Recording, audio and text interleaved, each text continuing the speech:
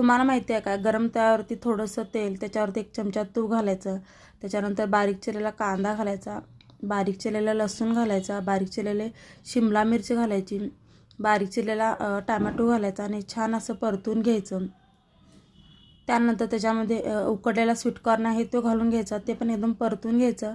त्याच्यानंतर लाल तिखट घालायचं, पावभाजी मसाला घालायचा, चवीनुसार मीठ घालायचं, कोथिंबीर घालायचं, केचप घालायचं, लिंबू थोडासा पिळायचा आणि चीज आहे ते किसून त्याच्यामध्ये घालायचं आणि सगळं मिक्स करून त्याच्यामध्ये थोडासा पाण्याचा हापका मारून हे झाकण लावून 3 ते 4 मिनटं शिजवून घ्यायचं. शिजलेलं हे मिश्रण आहे ते बाजूला करून तिथंच 1 चमचा तूप घालायचं आणि जे पाव आहे ते दोन्ही साईडनं छान असं भाजून घ्यायचं. आता आपण जो मसाला केला होता तो पावाला दोन्ही साईडनं लावून घ्यायचा. वरती चीज पुन्हा एकदा किसून घालायचं आणि जो पाव आहे तो बंद करायचा आणि वरच्या साईडनं पण हा मसाला सगळा लावून घ्यायचा. वरच्या साईडला पण चीज घालायचं. हा आपला झटपट असा चीज पाव मसाला तयार झालेला आहे आणि ही रेसिपी नक्की करून बघा आणि व्हिडिओ आवडत असेल तर प्लीज लाईक शेअर करा.